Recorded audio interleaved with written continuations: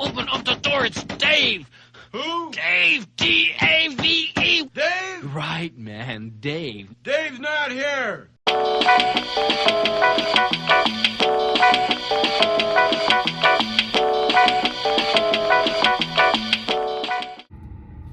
I've talked in the past about how car companies are car companies and software companies are software companies, and the two don't necessarily meet. And there's a couple of stories that came out recently I wanted to share with you. But before I get to them, I wanted to remind you about a story that happened to me. I was driving my Volkswagen Passat back about, 10 or so years ago. And it was at the time when Volkswagen was having their issues with their emissions testing and the issues that happened there related to that. You know, they were manipulating the software to change their emissions, and they had to change a lot of their business practices as a result. So Volkswagen is not a car company I like dealing with as a result of what they were doing, but it goes deeper for me because I was actually on the interstate. I was driving along at 60 or 65 miles an hour, and I got a message on the dashboard that said alternator workshop, and then the engine shut off. The wheels were still turning, and I could still turn the steering wheel, but the engine itself was no longer functioning. I hit the accelerator, nothing happened. I was just slowing down. Now, fortunately, I was able to get off to the side of the road and call for a tow truck and was safely out of there. That part was fine, but what a strange condition. Your software stops working, you have an issue with the software, and the condition that they set in the car was turn the engine off. Very dangerous moment in time when that happens. And I really didn't know how to react to it. And I remember when the tow truck came, they go, where do you want to tow it to? And I looked across the street and saw a CarMax diagonally across the street. I go, take it to the CarMax. I'm selling this car. I'm not doing anything with it anymore. I don't want it back. And that's exactly what I did. And they deducted the amount out to replace the alternator, and that was the end of that. And I walked away with a little bit of cash in my pocket, and I had to get somebody to give me a ride home because I was not driving that car home ever. It's that moment in time when you realize that they've made an enormous mistake with the way they've designed the car in that case. And I don't think they realized it. They had put all this effort into their software so that they could avoid the emissions testing, but they didn't think through the very simple thing: what happens when the car stops, the function of the alternator stops working. The alternator in itself really isn't necessary to run the car per se. The engine should be able to run without the alternator, but for whatever reason, they set the software condition to say, hey, the alternator is not running, then I'm going to turn the car off. Strange. So the reason I mentioned that, I wanted to talk about a couple of incidents recently where we saw cars that actually shut down. So there was a couple of EVs actually, and two of them were Hummers, and I've heard about some other ones where the engine actually shut itself off at some point, and the person driving the car couldn't go anywhere. They couldn't continue to drive at that point. What a strange condition to have. These were all, I believe, made by the same manufacturer, if I'm not mistaken. I'm not 100% sure, but I know that the two of them were Hummers, and the Hummers, they both had the condition that the software shut down. And the first one, they were driving on a city street, and they got to an intersection, and they were in a turn lane, and the car just shut off. And he wound up on the phone with tech support, and tech support, go figure, for a car, and had to actually get to the car, go around to the front, open up the hood, and unhook the 12-volt battery that manages the car, and that reset the computer system, and he was able to drive again. And he had to take it to the dealer to get it serviced. I'm very unhappy. I'm in a brand new Hummer in traffic, and the truck has taken a complete dump, and it will not go into gear, and it won't go out of gear. And I've tried a restart. I can't open the trunk because it doesn't work. There's no way to do a hard reboot on this system. Like I say, I tried safe mode. It will not go into gear at all. It's just stuck. I can't even open the front for some reason. It won't open. Don't ask me why. It just keeps saying that. When I go to turn it off, this screen turns off, but this screen stays on.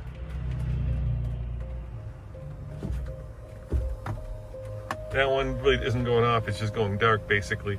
And I'm pretty pissed off right now, and I'm pretty nervous about, the traffic that this truck has left me. Let me show you. If this police officer wasn't here, this is where the truck left me stranded. Very dangerous location. And I've got Tommy coming with the the Lightning to try to tow me out of here, but if it's in park, it won't. And then, of course, I called OnStar. They routed me through like 14 different people, kept asking for my phone number. They said I needed premium service, and finally they said the soonest they can get a tow truck here is in an hour. And, you know, if it wasn't for the police officer behind me, I'd be in a very precarious location. And, you know, why can't you open the hood? What is wrong? Why is the software taking such a dump that you can't even open the hood and maybe try to reboot the 12-volt battery? Here's the hood. Yeah, of course it's raining. Yeah, nothing happens. It's like they sealed the battery hermetically. Very dangerous. Oh, so there, now it turned itself off, finally. Well, kind of, sort of, you can tell. So I'll try to turn it back on. There it goes, it's turning back on. And whenever I get this little thing, start vehicle to view application, it means that the thing is not turning on. It turns out that there's actually a manual release underneath the dashboard to open the hood on a Hummer. Who knew? They bring a tow truck out, and the tow truck can't tow it because the thing weighs 9,000 pounds. They couldn't even get it towed, and the wheels had locked. What a strange condition to put your car in when you're at a point where you're trying to drive it. You know, it's just strange that the software would work that way, to actually stop the car and not let it drive anymore. And what a weird thing. So today I decided to drive it to work, and you know, I charged it to about 77%.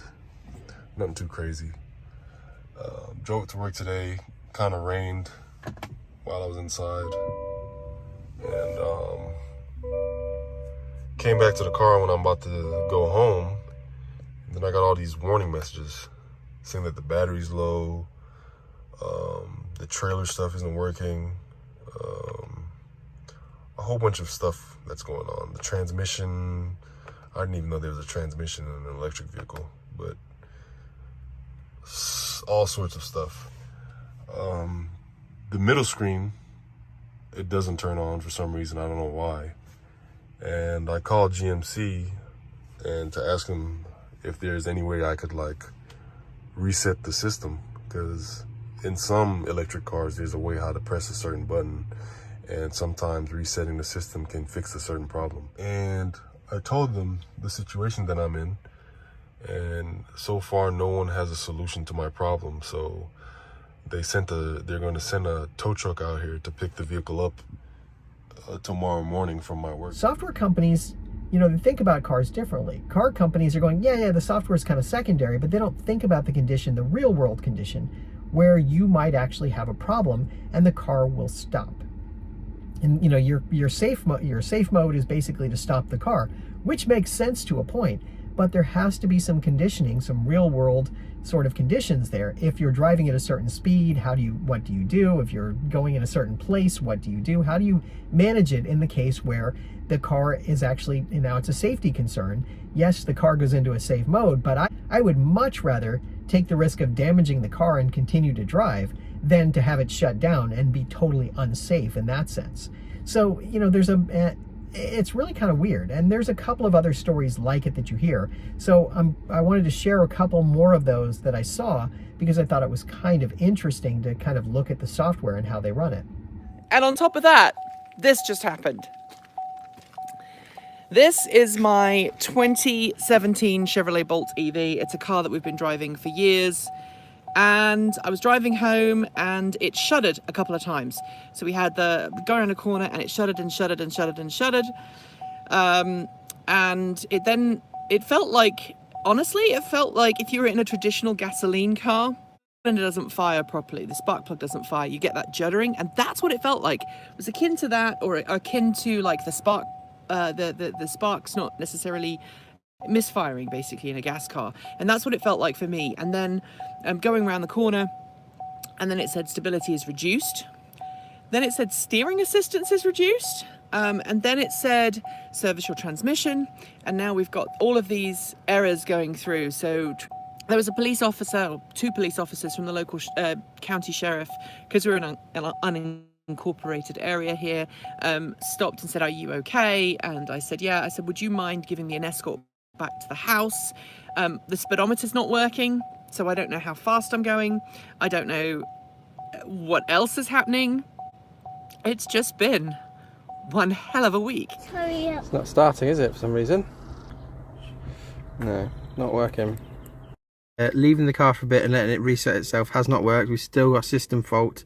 I'm currently waiting for some tools, and then we're going to try and disconnect the 12-volt battery. So I've had some tools dropped off to me. I've disconnected the negative. I actually don't understand what I'm doing, so I don't know if I have to do both. But we're going to do that. We're going to put it back on and see if that fixes anything. That doesn't seem to have done it. So I've now disconnected both sides of the battery. We're leaving it there. Hopefully that'll sort itself out.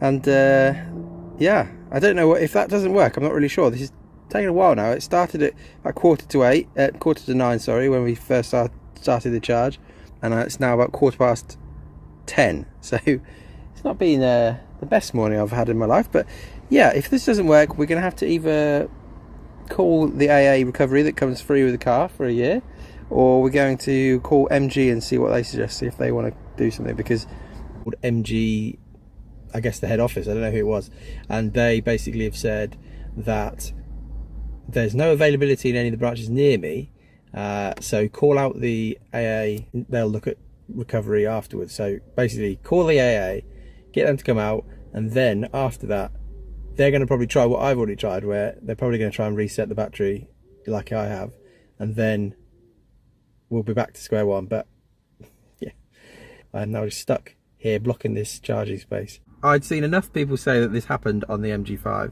to know that it was a possibility, and I had never had any issues with this charger so far at all. It's been fine, but here we are. Here we are. We've now moved charger, which is a good sign, because that means, let's close this so it's not so noisy. That means that we have got moving. So the AA guy came out, very kind. He initially wasn't really sure what to do, and in the end what he did, he had his OBD thing that he plugged in, and he basically just, there were no faults showing, but he just clicked clear anyway, clear the faults anyway, and that seems to have done it. We then tried to recharge, start the charging at that Osprey, and that didn't work again. The charger didn't start charging, but it didn't throw the error again for the car. So the car, we were just able to pull away. We've come to this one that's not too far away. I mean, it's charging really slowly. It's a 50 kilowatt and it's going at 27.8, so that's not great. But anyway, it's working. And what he suggested was that maybe if you get your own OBD thing, make sure it's compliant with the car and everything like that, but that might be able to clear the codes in the same way. So that's the story. I just wanted to kind of share the fact that sometimes car companies don't think it through. They don't think about real world conditions. They're just thinking about kind of the software as an afterthought. It runs the car, that's great, but we don't think about what that means in the real world.